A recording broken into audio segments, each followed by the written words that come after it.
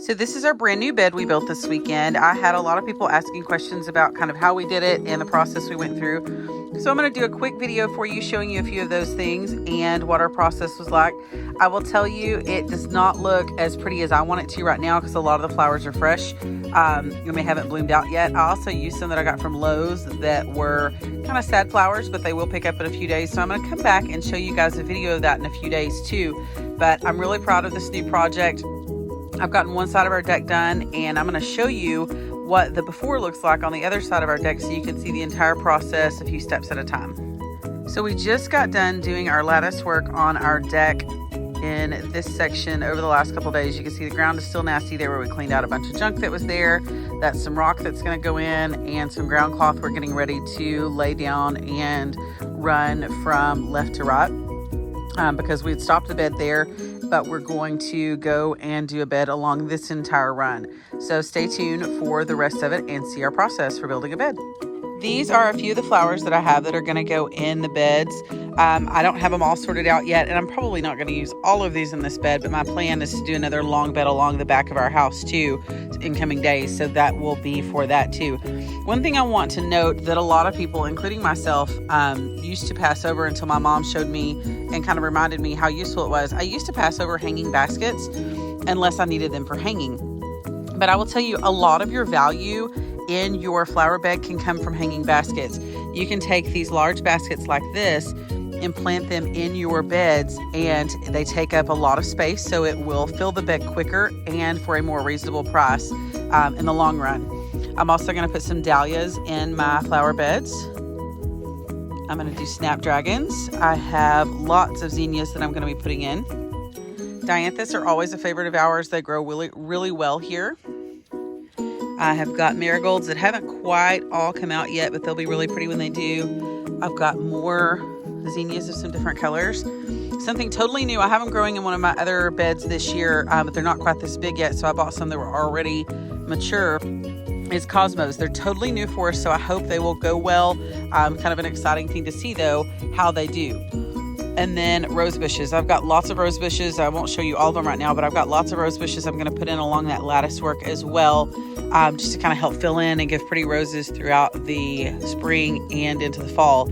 So as you can see, it's a big project ahead. And if you've been following us, you know that we have got this area too that used to be a pool here. We're actually going to do a fire pit there. So stay tuned for that too, because I think it's going to be an exciting process to see it transition. So you can see we're getting our shade cloth down. It looks really messy at this stage, but it's going to look that way until I get it adjusted. I've got my shade cloth held down with rocks. You can also use nails to hold it down, but I'm just doing the lazy way here. So I'm putting down my shade cloth and holding it with a board on the back side now. And I'm actually going to do 2 runs of shade cloth. So I've got this here, and then I'm going to go where the grass meets it and do another run to make my bed extra deep. And you can see I've started putting rock here on the corner too. The bed that I had that I showed you guys was this one. I pulled my 2 rocks off of the end because I'm going to extend this bed out and then run it down this way. So that is the next step of this process, is to get all of the shade cloth down, to get it rocked, and to then get dirt in and start planting. And Sarah is helping me water today. So we caught a little bit of rain from the last time I videoed, but we are back at it today and now have got all of our shade cloth down. We straightened it back out after the rain, and we have laid rock all the way along the entire flower bed here. So we are going to move on to our dirt next, and then we're going to dig holes for more roses on this side and then get to planting.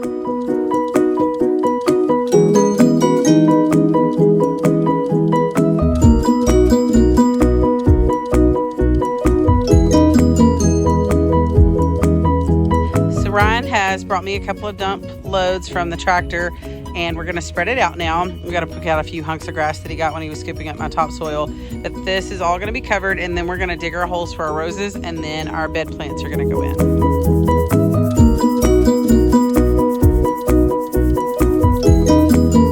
So we got most of our dirt in, and we have shoveled it out, stepped on it, kind of patted down.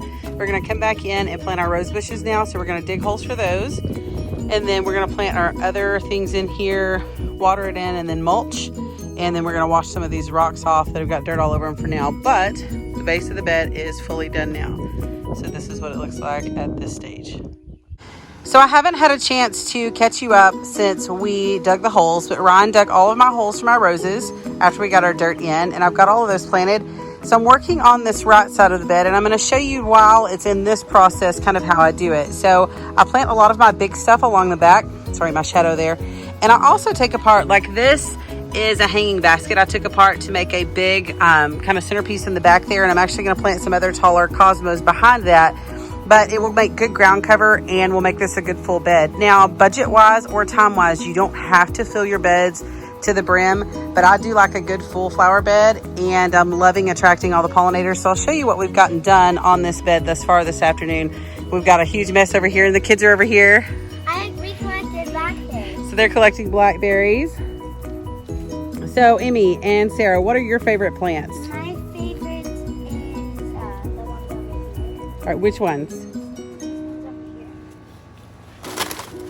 So we're gonna go see what Emily's favorite here. is. This my favorite color is purple, and I really like them, and they're nice and green. So this is the bed we built last week. And those are Emmy's favorites. Sarah, what about yours? My favorites have got to be over here.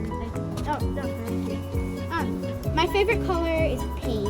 Uh-huh. There's lots of different colors, but these, So the snapdragons. I was gonna say it. Sorry.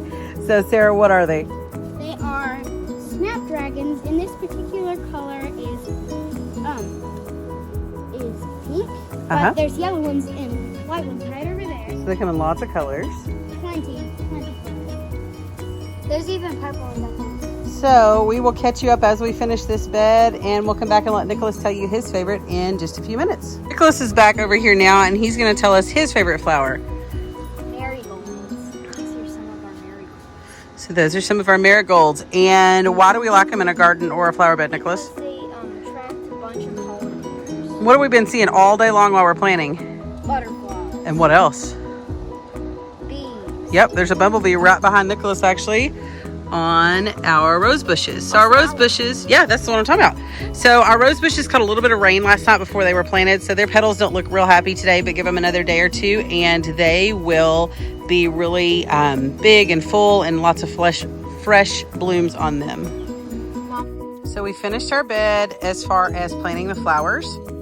And sorry, my shadow, we're really bad sunlight here this afternoon. But I have got a variety of flowers and color all over. I kind of, as I'm going, step back and look and see what colors I have so that I kind of mix those colors and have that throughout. Nicholas calls it a color explosion, and I like that phrase too. So I do it really heavy because I want these to bloom heavy all summer long. And I'm going to show you what else I'm going to do as well to keep those blooming and keep new fresh things coming, especially when it gets hot weather and I'm too tired to get out here and dig in these all the time. I'm going to show you what I'm going to do next. So I've got this pollinator blend from American Seed. Honestly, it's just cheap flower seed, but it works really well to cover those areas that do not already have flowers on them, and will keep things coming up all summer long without me having to work it. So I'm going to just show you really briefly. I think this box is like $2.99 and has, I think it says 5,000 seeds, something like that. I'm just going to go and sprinkle that all in this bed so that when it starts coming up, I have flowers everywhere, or if something dies out, something doesn't last in the heat, things like that. So I've got it spread all over. And as you can see, the butterflies are just going crazy already over what I have planted today. So I'm going to finish spreading the seed, and then I'll come back and show you how I do my mulch.